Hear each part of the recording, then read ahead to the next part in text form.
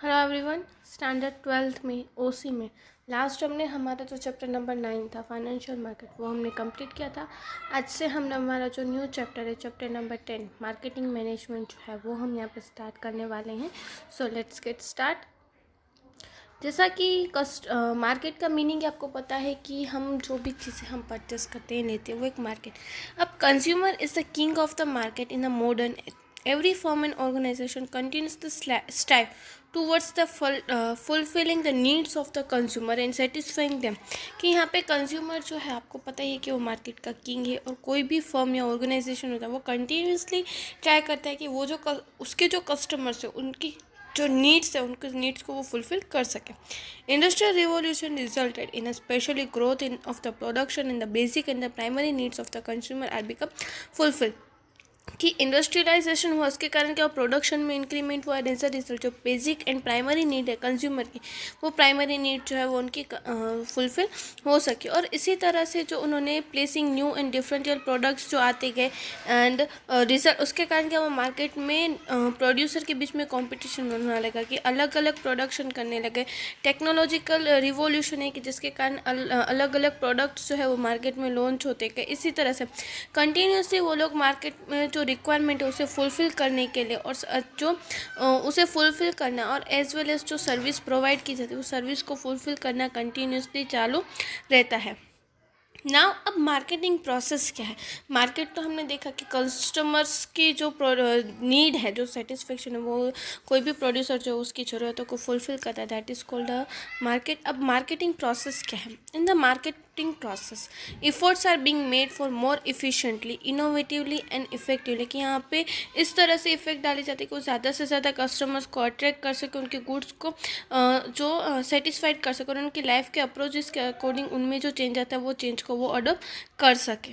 इस तरह से कि जो कस्टमर की जो लाइफ है कि जो कंज्यूमर की जो लाइफस्टाइल पे उनकी रिक्वायरमेंट के अकॉर्डिंग चेंज होती रहती है और वो रिक्वायरमेंट को फुलफ़िल करने का काम किसका होता है जो प्रोड्यूसर होते हैं वो और उसे हम मार्केटिंग प्रोसेस कहते हैं। नाउ मार्केटिंग प्रोसेस का मीनिंग क्या है। The firm produce goods and service keeping in the mind of the future need of the consumer. Marketing process is one which the balance is made between the need of the consumer and the product mix. When the basis of consumers' preference, the nature of product is decided according to the purchase power of a consumer, the price is decided। कि जो firm है produce goods and service का जो production करती है वो किसको ध्यान में रख के करती है कि जो कंज्यूमर है कि जो किंग ऑफ द मार्केट है उनकी डेली रिक्वायरमेंट कौन सी है, किस तरह से उन्हें ज़रूरत पड़ेगी, कौन से गुड्स की ज़रूरत पड़ेगी, कैसी ज़रूरत पड़ेगी, ये सारी चीज़ों को ध्यान में रखने के बाद वो जो गुड्स है उनका प्रोडक्शन किया जाता है और उसी प्रोडक्शन के अकॉर्डिंग मार्केटिंग प्रोसेस जो है वो बैलेंस बनाती है कि कस्टमर की नीड और हमें हमारे गुड्स की प्राइस या प्लेस या प्रमोशन हमें किस तरह से करना है ये सारी चीज़ों को ध्यान में रखा जाता है। और उसी के ऊपर से कस्टमर की नीड के ऊपर से ही हमारा गुड्स कैसा होना चाहिए किस तरह का होना चाहिए सारी चीज़ें हम डिसाइड करते हैं। ना जो परचेसिंग पावर जो है वो exchanges develop between the two parties buyer and seller in the marketing process. अब कस्टमर्स की प्रेफरेंस उनकी परचेसिंग पावर भी चेंज होती रहती है और उसी कारण से यहाँ पे जो डेवलपिंग होता है कि दो पार्टीज होती है first is seller and buyer और उनके अकॉर्डिंग सारे चेंजेस जो है वहाँ यहाँ पे आते हैं और फुल जो बिजनेस ऑब्जेक्ट इसी चेंजेस के कारण जो बिजनेस ऑब्जेक्टिव्स है वो भी फुलफिल होते हैं। अब हम उसकी डेफिनेशन देखते हैं कि the American marketing association define marketing is a business activities in which his product और service as are derived divert from the producer to consumer. अब मार्केटिंग प्रोसेस क्या है कि एक बिजनेस एक्टिविटी के जहाँ पे जो उसका जो प्रोड्यूसर है उसका जो गुड्स एंड सर्विस होता है वो किसके पास पहुँचता है कंज्यूमर के पास पहुँचता है ताकि वो उनकी जो रिक्वायरमेंट है उन्हें फुलफिल कर सके। Another definitions are according to the Kapoor and Ikobuki, marketing is a mutual exchange between consumer and firm की marketing एक mutual exchange है किसके बीच में जो consumers and firm के बीच में जो उनकी जो requirement है उस requirement को हम fulfill कर सके वो। Now according to the Stuntent, marketing is a total system of business activities which are designed, planned, product, to determine its price, to distribute goods which can satisfy to the customers and reach the target as well as objective of organizations।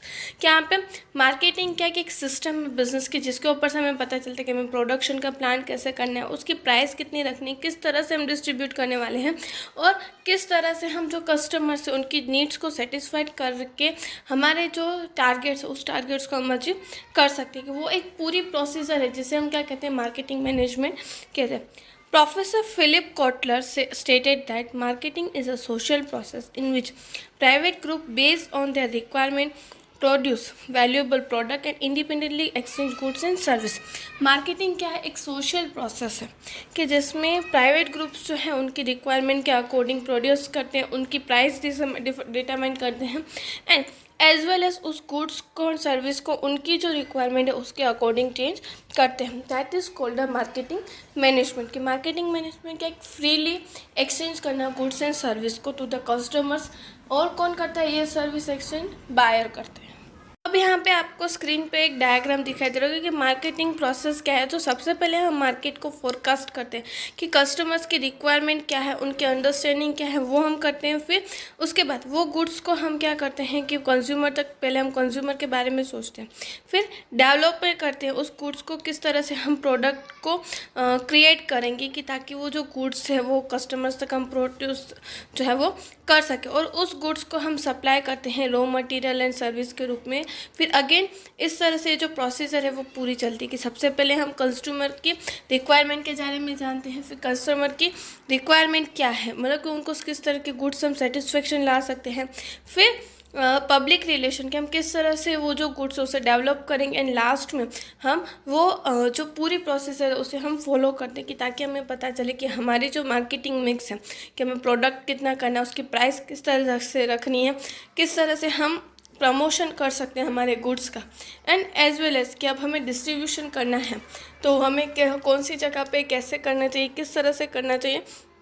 ये सारी चीज़ों का distribution भी हम किसके ऊपर से कर सकते हैं, कस्टमर के बिहेवियर के ऊपर से हम ध्यान में रख सकते हैं। तो डायग्राम देखने के बाद हम देखते हैं कि एज अ मार्केटिंग मैनेजमेंट की प्रोसेस क्या है कि अगर हमें मार्केट में हमारे जो प्रोडक्ट को हमें लॉन्च करना है या कस्टमर के पास तक पहुंचाना है तो हमें कौन सी प्रोसीजर जो है वो फॉलो करनी चाहिए, कौन से स्टेप्स लेने चाहिए। तो उसमें फर्स्ट यहाँ पे आपको फंक्शंस दिए गए हैं। फर्स्ट है market research, second collection of material, transformation of raw material into consumable goods, standardization and graduation of product, labelling of product, price determination, packing of product, storage of product, transportation facilities, insurance of the product, financial arrangement, advertisement, arrangement of sales and distribution, selling and after sale service. तो ये सारे जो functions हैं कि जब हम कोई भी मार्केटिंग हमारे जो गुड्स है उसको अगर हम मार्केट तक पहुंचाते हैं तो ये जो फंक्शंस है कि ये जो स्टेप्स है हमें फॉलो करना ज़रूरी होता है। तो अब हम ये जो सारे स्टेप्स है उसे हम डिटेल में यहाँ पे समझेंगे। पे हमें फर्स्ट जो है वो दिया हुआ है market research. The first and initial work in the marketing is the market research. In simple words it can be said that the process of collecting information regarding the consumer taste and preferences.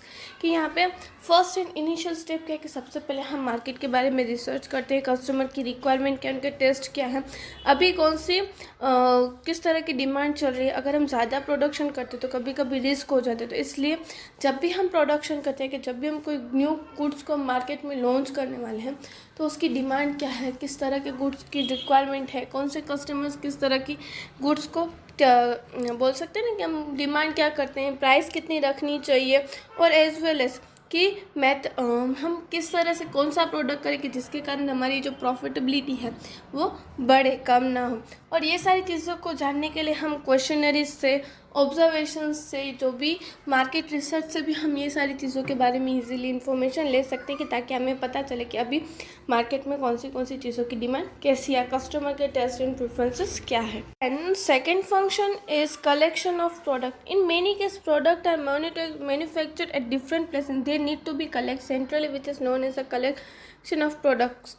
Producer are scattered. Some products are seasonally produced. Some producer are produced on a small scale, and some produce need a further processing. For all these reasons, product collection is required.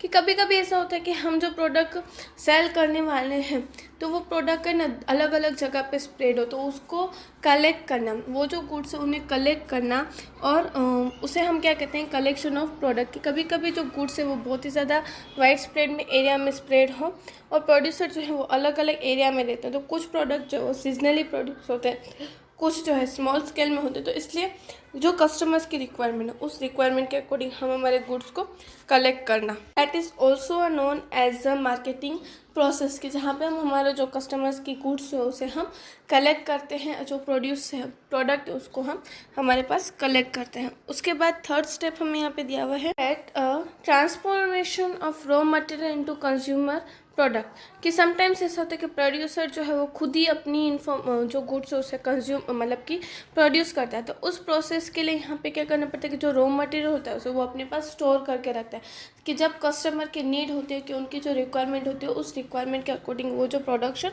करता है। अब उस consumable वो goods को हमें market value भी decide करना ज़रूरी होता है, और जब भी हम मार्केट वैल्यू डिसाइड करते हैं तब ध्यान रखना चाहिए, और एज वेल एज कस्टमर्स की कौन सी रिक्वायरमेंट है उस रिक्वायरमेंट को ध्यान में रखना ज़रूरी होता है। और जब भी हम प्रोसेस करते हैं तब, कि for example cleaningness of calories, pulses and repelling of the foods.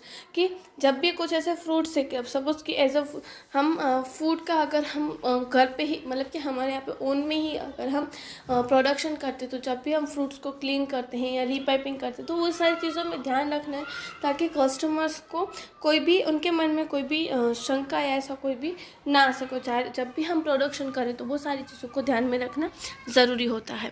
Then after fourth step is standardization and gradation. Product standardization is a process which determine how goods should be.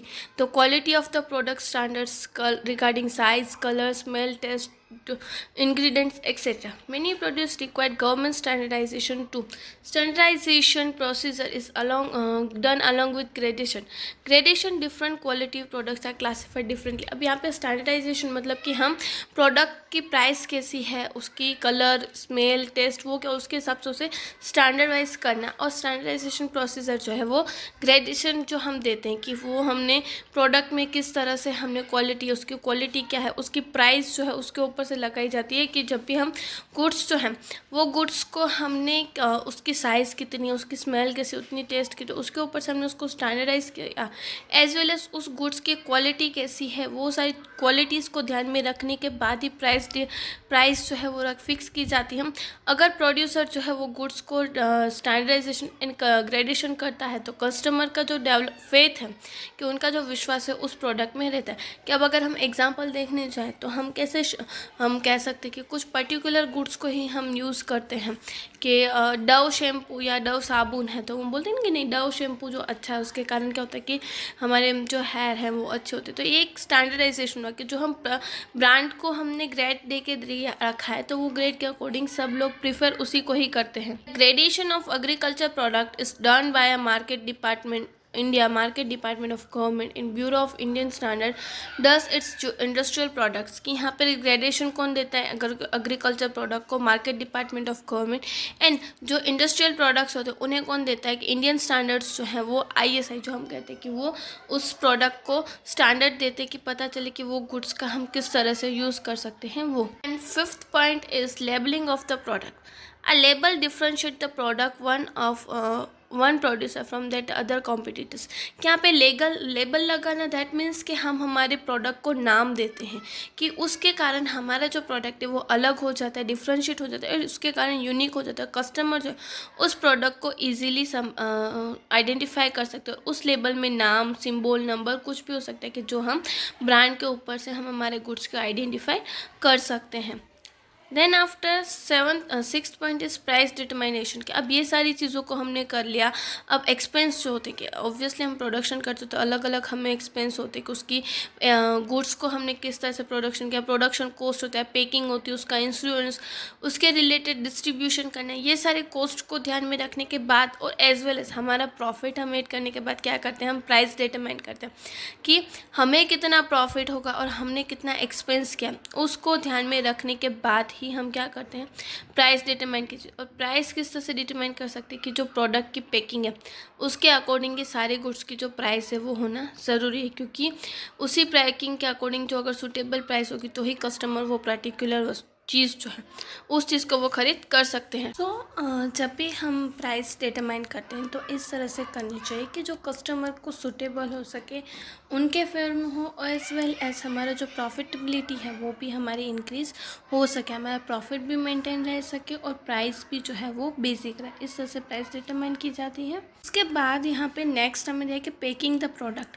Packing provide protection to the product as well as attract consumers towards the product. यहाँ पे हम जो packing करने वाले हैं वो packing से उस प्रोडक्ट को प्रोटेक्शन तो मिलता है, बट जितनी अट्रैक्ट वो प्रोडक्ट को है वो प्रोडक्ट की तरफ कंज्यूमर को भी अट्रैक्ट करता है। And the direction of use अगर हम देते हैं कि किस तरह से वो हमें प्रोडक्ट को डायरेक्ट करना है, तो मतलब किस तरह से हमें उस प्रोडक्ट को यूज़ करना है। अगर हम पहले से ही हमारी प्रोडक्ट के पीछे हम प्रिंट करके लिखें तो उसके कारण क्या होगा कि उन्हें पता चलेगा कि हमें किस, जो कस्टमर्स हैं उन्हें भी आइडिया आएगा और वो ज़्यादा से ज़्यादा वो प्रोडक्ट ख़रीदने के लिए इंस्पायर होंगे, और वो हमारा जो प्रोडक्ट है उसकी जो एक हम बोल सकते हैं कि प्रमोशन जो है वो और भी ज़्यादा अच्छे से होगा। कि फॉर एग्ज़ाम्पल कि हम बहुत सारे शैम्पूज़ हम लेते हैं कि जो कोई भी शैम्पू की बोतल होती है उसकी जो पैकिंग होती है उसके पीछे आपको ब्रांड लिखा होगा, उसके इंग्रेडिएंट्स कौन से हैं वो लिखा होता है, उसकी प्राइस लिखी होती है, और एज वेल एज कि हम उसे कैसे यूज़ कर सकते हैं वो सारी चीज़ें हमें पहले से ही बता दी जाती कि ताकि हमें इजीली हम उसे पता चले कि हमें कैसे कंज्यूमर को वो यूज़ करना है और वो इजीली उसे यूज़ कर सकते हैं। एज वेल एज अगर हम पैकिंग अच्छे से करते हैं तो हम इजीली उसे ट्रांसफ़र भी कर सकते हैं कि अलग अलग पैकिंग का हम यूज़ कर सकते हैं। पेपर है, टिन बॉक्सेस है, ग्लास जार है, ये सारी चीज़ों का भी हम पैकिंग के टाइम पे यूज़ कर सकते हैं। उसके बाद नेक्स्ट है स्टोरेज ऑफ प्रोडक्ट। कि कभी कभी क्या होता है कि कुछ ऐसे प्लेसेस होते हैं कि जो दूर होते हैं, तो कुछ पर्टिकुलर प्रोडक्ट की अगर डिमांड होती है तो उसे हम डिमांड और सप्लाई का जो बैलेंस उस बैलेंस को बनाने के लिए कभी कभी जो सप्लायर्स होते हैं कि जो सेलर होते हैं उस चीज़ को स्टोर करके रखते हैं। कि कोई ऐसी चीज़ है कि जो उसकी जो डिमांड है, रेगुलर डिमांड बहुत ही ज़्यादा है कोई भी पर्टिकुलर गुड से, जैसे कि शुगर, राइस, ये सारी चीज़ें क्या होती है कि जिनकी डिमांड बहुत ही ज़्यादा होती है, तो उन चीज़ों को हम स्टोर करके रखते हैं। और वो स्टोर करने के बाद हमें इस तरह से रखना पड़ता है कि वो जो क्वालिटी है वो उस गुड्स की क्वालिटी मेंटेन रहे, और स्टोरेज को हम मूवमेंट ईजिली कर सकते हैं कि अगर हमारे पास गुड्स होते हैं तो हम ईजिली अवेलेबल कर सकते हैं मार्केट में, और जिसके कारण कंज्यूमर का भी सेटिस्फेक्शन रहता है और उनका जो उस फर्म के प्रति, मतलब कि हमारे बिजनेस के प्रति भी उसका ट्रस्ट जो है वो मेंटेन रहता है। इस तरह से हम मार्केट में हमारा जो प्रोडक्ट है उसे स्टोर करके भी रख सकते हैं। Then next is transportation service. कि हमें यहाँ पे प्रोडक्ट तो जो है वो बना लिया, उसकी लेबलिंग कर ली, उसकी प्राइस डिटरमाइन कर दी, उसे हमने पैकिंग भी अच्छे से कर दी, बट अब उसे हम किस तरह से सप्लाई करेंगे और उसको हम किस तरह से सप्लाई करने वाले हैं वो भी ध्यान में रखना ज़रूरी होता है। Different type of transportation service are use to ensure constant supply of raw material and to enable finished goods to reach the customers. The movement of products take place through roadways, railways, waterways and airways. For example car manufacturing company transport cars in a containers. कि यहाँ पे हम अलग अलग transport को use करते हैं कि जो गुड्स की डिमांड होती है उस डिमांड को, भले ही वो रॉ मटेरियल हो, उसकी डिमांड को सप्लाई करने के लिए और फिनिश्ड गुड्स को कस्टमर तक पहुँचाने के लिए अलग अलग हम कह सकते हैं कि ट्रांसपोर्टेशन का यूज़ किया जाता है। ट्रांसपोर्टेशन में रोडवे, रेलवे, एयरवे, ये सारी चीज़ों का भी यूज़ किया जाता है।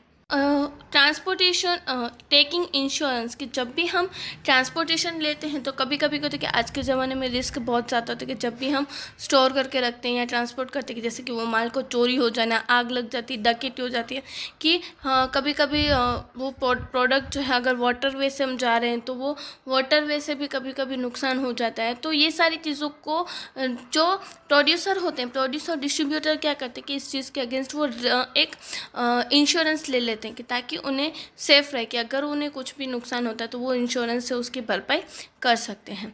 Modern producer and distributor take a different type of insurance like fire insurance, property insurance, accident insurance, marine insurance and riot insurance. Insurance means कि तूफ़ान अगर आता है तो उस तूफ़ान के अगेंस्ट में यहाँ पे इंश्योरेंस लिया जाता है ताकि हमें अगर कोई भी नुकसान होता है तो वो नुकसान की इजीली भरपाई हम कर सकें।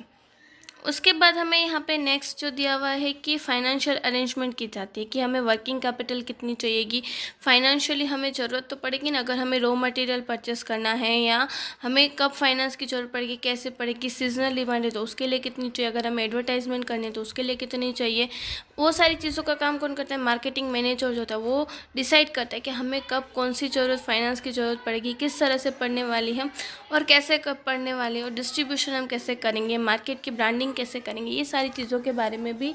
और फाइनेंशियली अरेंजमेंट करने का काम किसका होता है, मार्केटिंग मैनेजर का होता है। तो ये स्टेप्स करने के बाद हमें नेक्स्ट स्टेप यहाँ पे दिया हुआ है एडवर्टाइजमेंट कि अब advertisement study is based on expected demand and availability of finance. The process and functioning of marketing depends on the type of product, strategy of advertisement of competitor and extent of the effectiveness of media. कि यहाँ पे advertisement क्या है कि हमें expected demand हमारी कितनी होने वाली है कोई गुड्स की, और उसके ऊपर से हमें अवेलेबिलिटी फाइनेंस की कितनी होगी वो, और हमारे जो प्रोसेस और फंक्शनिंग जो है मार्केटिंग के वो किसके ऊपर होती है कि हमारा गुड्स कैसा है, उसकी एडवर्टाइजमेंट हम किस तरह से कर रहे हैं, कॉम्पिटिटर की एडवर्टाइजमेंट कैसी है, और मीडिया की इफेक्टनेस किस तरह से आ रही है कि ताकि वो जो हमारा गुड्स जो है वो ज़्यादा से ज़्यादा डिमांड जो है उसकी जनरेट हो सके, और जितनी ज़्यादा डिमांड होगी उतना ही ज़्यादा सेल होगा और उतना ही ज़्यादा प्रॉफिटेबिलिटी बढ़ेगी। तो इसलिए अच्छे से अच्छी एडवर्टाइजमेंट की जाती है कि ताकि हमारी जो गुड्स की सर्विस है वो हमें मैक्सिमम और बेटर क्वालिटी में हमें मिल सके। After next is sales and distribution system.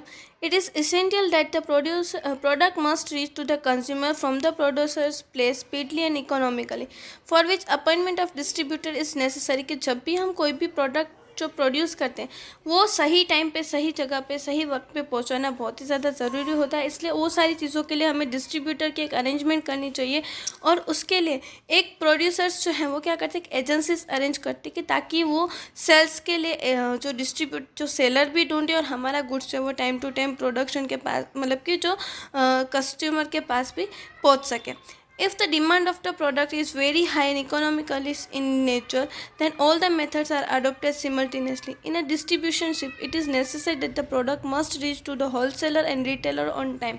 कि यहाँ पे डिस्ट्रीब्यूशन शिप अगर हम रख रहे हैं तो उसके लिए अगर हमारे गुड्स की प्राइस मतलब कि डिमांड अगर बहुत ही ज़्यादा होती है तो वो टाइम टू टाइम पहुँचाना ज़रूरी होता है, भले ही वो होलसेलर के पास हमें गुड्स पहुँचाना हो या रिटेलर के पास पहुँचाना हो, कि जो भी हम गुड्स सेल करने वाले हैं वो सारे गुड्स की टाइम टू टाइम डिलीवरी होना बहुत ही ज़्यादा नेसेसिटी हो जाती है, ज़रूरी हो जाता है। उसके बाद मतलब उसके बाद हमें पॉइंट दिया कि सेलिंग क्या है, एक कि जिसके थ्रू हम हमारा प्रोडक्ट जो है वो कंज्यूमर को हैंड ओवर करते हैं, उसके अगेंस्ट हम क्या लेते हैं, मनी लेते हैं। The role of middleman is very important in the selling function. The more aggressive distributor can generate more sale. Very often the producer directly sell the product to the consumer. Personal selling is more effective from the selling. क्या भाई कभी कभी हम middleman, that means कि retailer जो होते हैं वो इंपॉर्टेंट रोल प्ले करते हैं हमारे यहाँ पे जो भी हमारा गुड्स होते हैं उसे सेल करने के लिए। वो क्या करते हैं कि ज़्यादा इंफॉर्मेशन देते हैं ताकि हमारा ये जो गुड्स है वो इजीली कंज्यूमर तक पहुँच जाए। बट अभी के टाइम में पर्सनल सेलिंग जो है कि डायरेक्ट प्रोड्यूसर जो है वो अपना गुड्स जो है वो कंज्यूमर को पहुँचा देता है, वो ज़्यादा इफेक्टिव लगता है ताकि उसके थ्रू हमें कस्टमर्स के रिएक्शंस भी इजीली पता चल जाते हैं। And the last step is after sale service.